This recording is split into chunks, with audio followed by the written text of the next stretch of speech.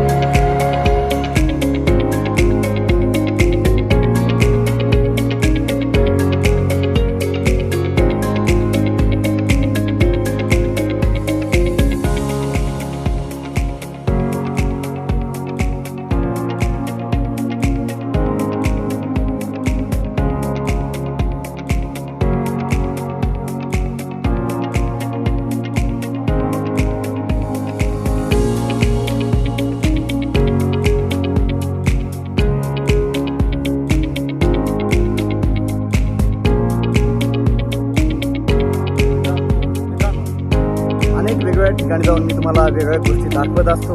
तर आज मी आलेलो आहे उत्तर प्रदेशमधील प्रयागराज या ठिकाणी आणि हे तुम्ही माझ्या मागे इथं गार्डन बघता आहात. हे गार्डन विशेष गार्डन आहे कारण या गार्डनचं नाव भारतीय स्वातंत्र्याच्या आधी अल्फ्रेड गार्डन असं होतं. परंतु तुम्हाला माहीत आहे की वेगवेगळ्या क्रांतिकारकांनी भारत स्वातंत्र्यासाठी आपल्या प्राणाचं बलिदान दिलं आणि या ठिकाणी एक अशी अद्भुत घटना घडलेली आहे. साधं गार्डन नाही किंवा हे कॉमन गार्डन सारखं म्युन्सिपालिटीचं गार्डन आहे. तर हे गार्डन विशेष साक्ष देते त्या वीरांची, ज्या वीरांनी याच ठिकाणी इंग्रजांच्या हातून न मरता स्वतःचं बलिदान करून स्वतः गोळी घालून स्वतःचं आत्मदहन त्यांनी केलं होतं. असे योद्धे शहीद चंद्रशेखर आझाद. तर तुम्ही माझ्या पाठीमागे बघतायत की शहीद चंद्रशेखर आझादांचा ज्या ठिकाणी पुतळा आहे ते झाड तुम्हाला दिसतं. याच झाडाखाली बसून त्यांनी स्वतःच्या डोक्यामध्ये गोळी मारली होती. ते हे ठिकाण, कारण त्यांचं नाव होतं आझाद, की आज आपल्यातून ते गेले तरी पण ते आझाद आहे. जे देशासाठी लढले ते अमर हुतात्मे झाले. तर असं आज ह्या गार्डनचं नाव आहे शहीद चंद्रशेखर गार्डन मैदान, किंवा आपण त्याला गार्डन म्हणू शकू, उद्यान म्हणू शकू. असं हे सुंदर जे ठिकाण आहे ते ठिकाण आहे उत्तर प्रदेशमधील प्रयागराज, म्हणजे जुनं शहर अलाहाबाद. या ठिकाणी आज त्याचं नाव प्रयागराज आहे आणि पुरातन काळ ही या शहराचं नाव प्रयागराज होतं.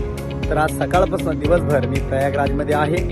तर अतिशय सुंदर असं हे ठिकाण, त्यामुळे या ठिकाणी येऊन खूप कृतकृत्य झालं आणि खरंच नतमस्तक व्हावं वाटलं ह्या पुरुषाच्या पुढे, महापुरुषांच्या पुढे, की ज्यांनी देशाच्या बलिदानासाठी, देशाच्या आझादीसाठी आपल्या प्राणाचं बलिदान केलं. वंदे मातरम, भारत माता.